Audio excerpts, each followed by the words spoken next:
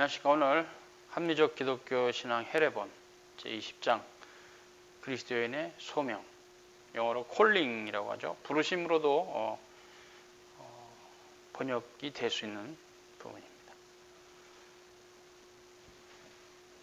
그리스도인의 소명은 일반 소명과 특별 소명이 있습니다. 일반 소명은 자연법 안에 게시되어 있고 그것은 종교성과 양심의 법으로 구별이 됩니다. 특별 소명은 외적 소명과 내적 소명이 있는데요.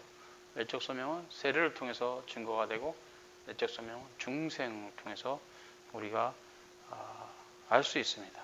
그렇다라는 사실을 특정한 대상에 대한 중생이 아니라 신자가 중생을 통해서 내적 소명에 이른다는 것이죠. 자, 그러면 살펴봅니다. 그리스도께서 그의 위격과 그의 은택들의 교제 안으로 우리를 들이시고자 성령을 부어 주실 뿐만 아니라 그의 말씀을 우리를 지도하고 인도하십니다. 이 두 가지가 서로 연결이 되어 있는데요. 그리스도의 선지자직과 제사장직과 왕직의 시행을 돕습니다. 그래서 우리가 말씀과 성령의 관계를 올바르게 이해하게 되면 그리스도의 사역과 그의 은택뿐만 아니라 하나님께서 말씀을 수단으로 세상을 다스린다는 것도 알게 됩니다. 그래서 시편 33편 9절에는 하나님께서 말씀하심에 그대로 이루어졌다, 이런 말씀이 있고요.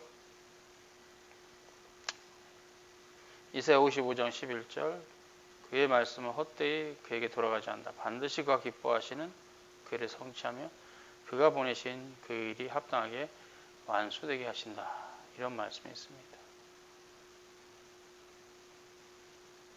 창세기 1장 3절이나 시편 33편 6절을 보면 하나님께서 태초부터 그의 말씀으로 만물을 무로부터 창조하셨다, 이렇게 되어 있습니다.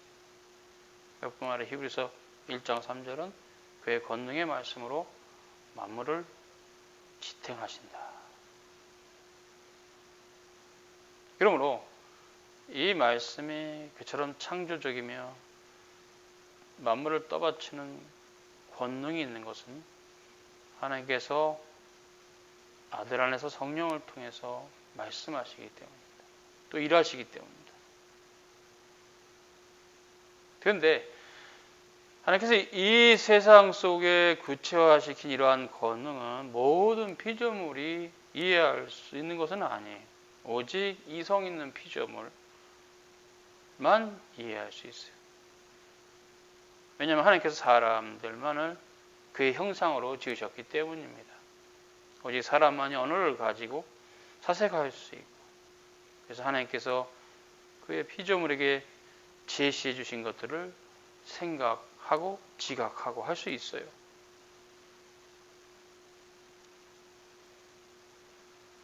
그래서 그런 것들을 그의 영적인 재산으로 삼고 자신의 말로 내어 놓을 수 있습니다.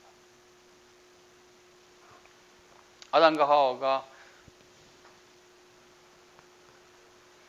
죄가 없이 완전하게 피조되었을 때 하나님이 언어를 이해하였고, 또 하나님께서는 그들에게 계명을 주셨습니다. 그들의 마음 안에 도덕법을 새겨주신 것입니다. 이것은 다른 피조물에게 없는 것입니다. 그래서 이것을 하나님이 인간과 맺은 언약, 그래서 행위 언약이라 합니다. 하나님께서 인간과 교제 안에 들어오신 것입니다. 그래서 인간에게 그들이 마땅히 지켜야 될 법을 따라 지키게 함으로 그들과 교제하시는 거죠. 담화하시는 거죠. 그래서 이런 도덕법의 선포는 인간에게 규범이고 규례였습니다. 그런데 아담 이후 모든 인류는 이 도덕법에 불순종함으로써 그 행위 언약을 파괴시켰습니다. 무음한 상태에서 온전하게 순종함으로 영생에 이르는 이 법을 잃어버렸어요. 하나님께서는 창조 세계에 물러나 계시지 않고 인류를 완전히 버리시지 않으셨습니다. 다만 옛 언약 시대에는 이방인들에 대해서 이스라엘만 달리 구별해서 그의 백성으로 이끄셨어요. 다른 모든 인종들은 각기 자기 제 길로 가도록 내버려 두셨습니다. 그러나 하나님께서는 지속적으로 그의 신성적 권능으로 그 자신을 그들에게 계시하셨습니다. 그들의 연대와 거주의 경계를 정하셨고 혹 그들이 주를 더듬어 찾아 발견할 수 있도록 하셨습니다. 사도행전 14장 17절과 17장 26절, 로마서 1장 20절에 관련 구절이 있습니다. 그래서 이렇게 사도 바울이 말한 대로 우리가 신의 소생이라고 그를 힘입어 기동하며 있다고 하는데 그것이 맞다. 하나님이 그렇게 하신다. 그렇기 때문에 타락한 이에도 인간 안에 남아있는 법이 있습니다. 자연법이랍니다. 전적으로 타락한 인생들 안에 하나님께서 남겨주신 양심입니다. 그래서 이 양심은 영원한 도덕법으로서 십계명을 비춰주는 예표와 모형은 돼요. 그래서 그것이 첫 번째 돌판의 계명은 흔적만 남게 되어서 종교성이 있죠. 인간 안에 종교성이 있어요. 삼일체 하나님에 대한 지식은 없어도 종교성은 있어요. 다양한 신을 섬기는 것은 바로 인간의 마음 안에 남겨져 있는 종교성. 첫 번째 돌판과 관계된 자연법이죠. 두 번째 돌판의 계명들은 심히 훼손되었고 그 온전한 형태를 알아보지 못하게 되었어요. 그러나 여전히 인간 안에는 양심의 법이 있죠. 그럼에도 불구하고. 그래서 인간들은 자연법을 따라 다양한 형태의 종교를 가지게 되었고 또 사회를 유지하기 위한 실정법을 마련해서 살아가고 있는 겁니다. 그러므로 이방인들도 소명을 받지 않은 것이 아닙니다. 이방인들은 비록 복음의 말씀을 통한 구원의 소명을 받지는 못했으나 전혀 소명 자체가 없지는 않아요. 하나님은 자연에서 역사에서 양심을 통해서 그들에게 말씀하셨습니다. 그러나 그것이 구원을 얻기에 불충분한 것이죠. 때문에 아버지 하나님께 이르는 유일한 길은 예수 그리스도입니다. 길이요 진리요 생명이시죠. 예수 그리스도 외에는 아무도 아버지께 갈 자가 없습니다. 예수 그리스도가 우리의 중보자가 되시고 우리의 머리가 되시죠. 그리스도만이 우리의 머리고 왕이십니다. 그렇기 때문에 아버지 하나님께 이르는 유일한 길과 진리와 생명은 예수 그리스도인데 그렇지만 그럼에도 불구하고도 일반 소명은 좀 가치가 있다. 가볍게 보아서는 안 된다. 그 소명 안에는 그래도 인간이 인간답게 살게 하는 요소들이 있다. 그렇죠? 세상에 종교가 있는 이유도 그렇고 또 법이 있고 그 법 아래에서 행정부, 사법부, 입법부가 있는 이유는 좀 더 파괴될 수 있는 사회를 유지하는 틀로서 있는 것이죠. 그렇기 때문에 비록 인간이 전적으로 타락해서 부패하고 오염이 되었을지라도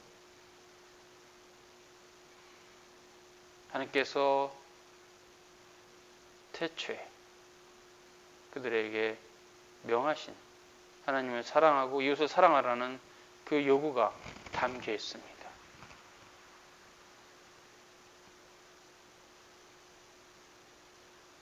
그러나 그들은 모세가 시내산에서 받은 그런 형태의 영원한 도덕법으로서 율법은 없습니다. 자연법을 따라서 율법의 행위들을 어느 정도 드러낼 수는 있으나 사도 바울이 로마서에서 말씀하고 있죠. 그러나 그것이 구원에 이르게 하지 못해요. 다만 하나님께서 사람을 자기 마음대로 살도록 내버려 두지 않고 하나님 완전히 떠나게 두지 않고 여전히 하나님의 계시의 손 아래 있도록 남겨두신 것. 이것이 인간의 양심입니다. 인간의 이성과 양심은 바로 하나님의 축복과 심판 안에 있는데요. 그것은 결국 인간을 하여금 하나님의 소명이 있음을 계시하는 겁니다. 그래서 우리는 이것을 일반 계시다. 혹은 또 그 자체가 은혜이기 때문에 일반 은총이라 합니다. 그렇기 때문에 전적으로 타락한 인간 안에도 여전히 선에 대한 촉구가 있고 그것을 추구하는 부분이 있죠. 그것이 포괄적인 관점, 일반적인 관점에서 성령의 역사이기도 합니다. 성부와 성자, 성령, 삼일체 하나님의 구속과 섭리의 사역이죠.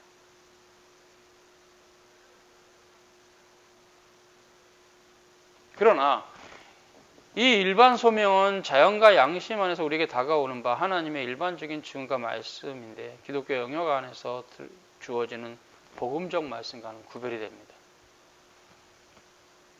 일반 소명은 특별 소명 안에 폐기되거나 사라져 버리는 것이 아니라 흡수되고 강화됩니다. 그래서 일반적인 소명, 자연과 양심 안에 있는 그것은 크리스천이 됐을 때 사라지지 않아요. 오히려 흡수되고 강화됩니다. 즉 일반 소명은 특별 소명에 종속적이에요. 특별 소명을 가리키고 있어요.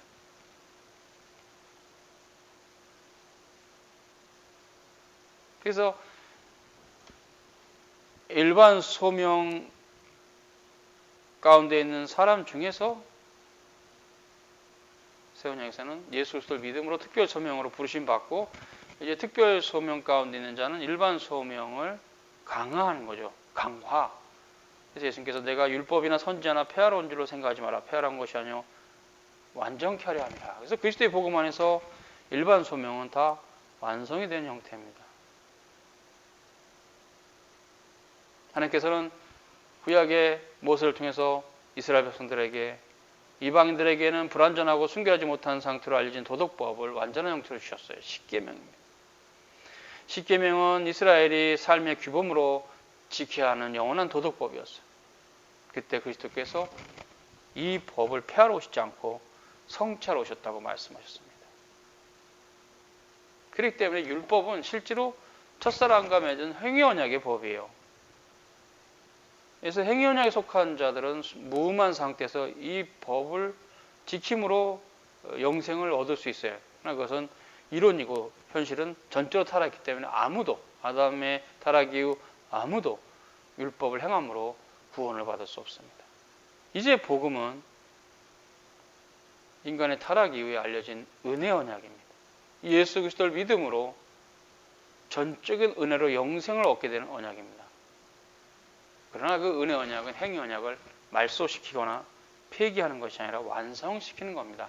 그래서 일반 소명과 특별 소명도 매우 밀접하게 관계가 있다는 것입니다. 우리는 율법을 통해서 죄와 비참과 무기력함을 알게 됩니다. 이것이 중요한 이유는 그리스도 안에 있는 하나님의 은혜의 피난처를 찾기 때문입니다.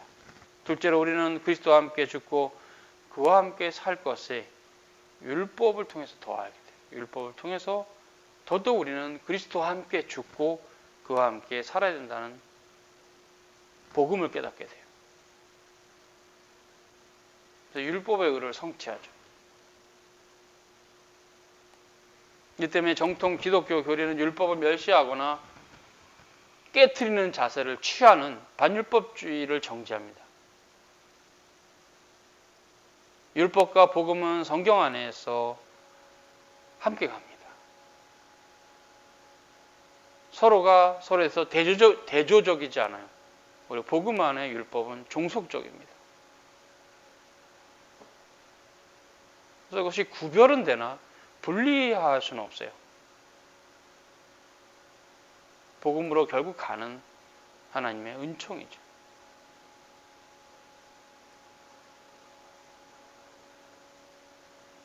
그렇기 때문에 율법주의와 반율법주의는 모두 다 잘못된 교리입니다.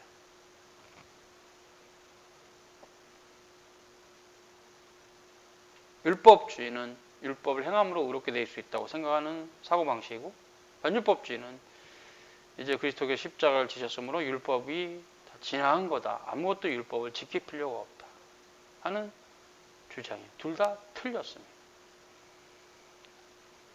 율법은 우리가 지켜야 될 당위법으로 계속 있는 것이고, 그것을 지킬 수 없는 우리의 상태도 여전히 있는 것인데, 그것을 지켜야 하는 당위법을 인해서 우리는 하나님의 은혜가 필요한 것이, 여기서 복음의 가치가 있는, 복음은 율법을 넘어서는 겁니다.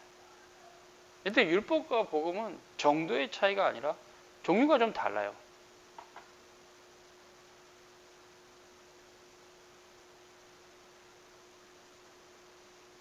복음처럼 율법도 하나님의 뜻이 내포되어 있고 거룩하고 지혜롭고 선하고 신령합니다.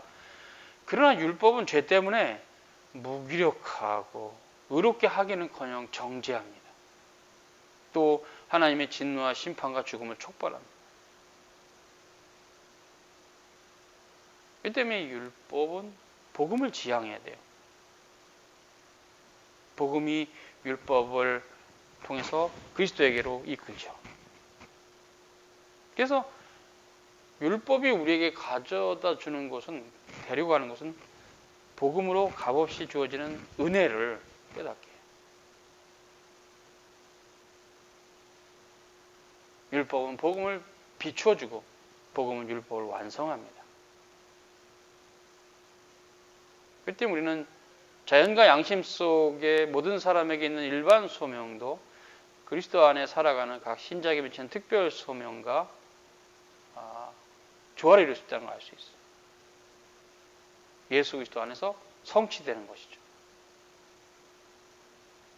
일반 소명은 자연을 통해서 오고, 특별 소명은 하나님의 말씀으로 옵니다. 그래서 일반 소명은 어떤 세상의 학문이나 예술이나 문화와 문명의 틀 가운데 하나님의 뜻을 조금 알 수 있어요. 그러나 일반 소명으로는 하나를 갈 수 없어요. 멀리 가나안을 보여줄 수는 있으나 들어가기는 못해요. 가나안. 특별 소명이 하나님의 말씀을 통하는데 예수 그리스도죠. 오직 예수 그리스도를 통해서만 이것이 성취되는 것입니다. 그렇기 때문에 말씀을 수단으로 하는 소명이 자연을 수단으로 하는 소명을, 이것이 이것을 능가하죠. 자연을 수단으로 하는 소명은 율법의 소리를 듣는 것으로 만족하는데, 말씀을 수단으로 하는 이 특별 소명은 그리스도에게 나아가게 하며 하나님의 은혜를 깨닫게 하고 사죄와 영생과 믿음과 회개로 나아가게 합니다. 그런데 이런 특별 소명에도 두 가지 구별점이 있는데요. 외적 부르심과 내적 부르심, 혹은 외적 소명과 내적 소명입니다.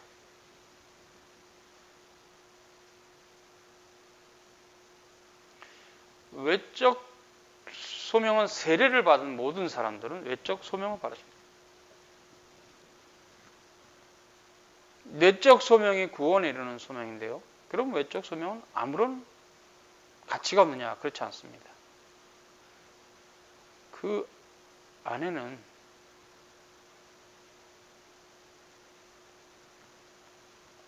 나름대로 좋은 의도가 있어요.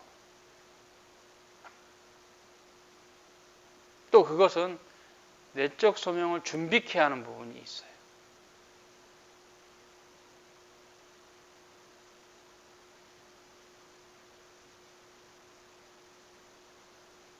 그래서 외적 소명을 받은 자들에게도 복음이 죽은 조문이 아닙니다. 둘째로 외적 소명은 그것을 거절하면 하나님의 심판을 피할 수 없죠. 복음을 멸시하는 자들은 하나님의 심판을 피할 수 없어요.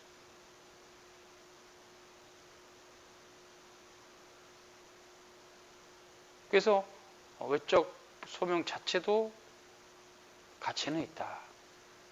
또 열매가 없는 것도 아닙니다. 외적 소명도.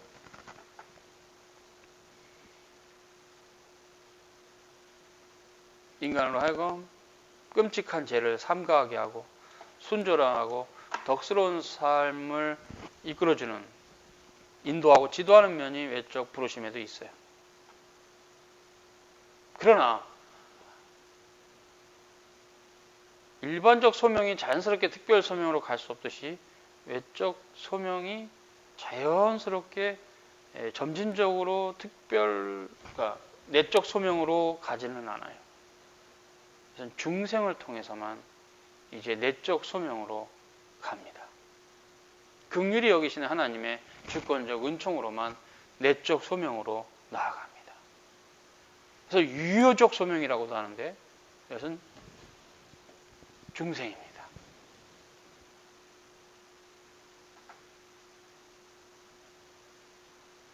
성경은 내적 소명을 성령에 나타내십니다.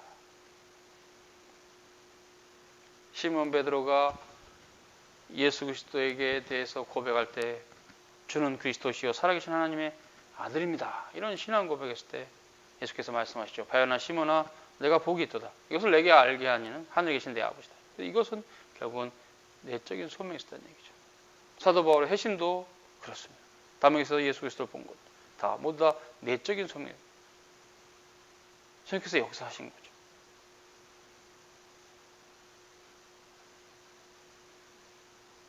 그러므로 복음서의 앞부분 마태, 마가, 누가 이 세 복음서에서는 중생이라는 말이 없어도 요한복음에서는 있습니다. 3장 3절과 8절에 예수께서 니고데모와 바리새인 니고데모의 담화 가운데 중생에 대해서 말씀하셨습니다. 근데 그 담화를 보면 밤늦게 예수님을 찾아온 니고데모가 이제 하늘나라에 대해서 물었고 예수님께서 바로 그때 니고데모에게 단도직입적으로 진실로 진실로 내게 이르노니 사람이 거듭나지 아니하면 하나님 나라에 들어갈 수 없다. 하나님 나라를 볼 수 없다. 이렇게 했어요. 충격적인 거죠. 그러니까 니고데모가 어떻게 사람이 두 번 날 수 있습니까? 어머니 태에 다시 들어갑니까? 육으로 나는 건 육이고 성령으로 나는 두 번째 남이 있다. 물과 성령으로 거듭나지 않으면 하나님나라에 들어갈 수 없다. 그래서 혈통으로나 육적으로나 사람의 뜻이 아니고 오직 하나님께로 나는 것이다. 이렇게 말했어요. 바람이 부는데 어디로 와서 어디로 가는지 모르는 것처럼 성령으로 난 자도 이와 같다. 굉장히 놀라웠고 심오한 말씀을 니고데모에게 하셨어요. 물론 니고데모는 랍비급의 학자죠. 바리새이니까. 주님께서는 이 본문을 통해서 중생은 인간의 능력으로 된 것이 아니라는 것을 말한 겁니다. 수없이 율법을 학습해도 그것으로 중생이 되는 게 아닙니다. 점진적인 발전의 과정으로 중생이 되는 게 아니에요. 옛 존재 방식을 깨버리고 새로운 신령한 삶으로 창조적인 시작을 하는 것이요. 예수 그리스도의 보혈의 공로입니다. 옛사람은 죽고 새사람으로 다시 살아나는 것입니다.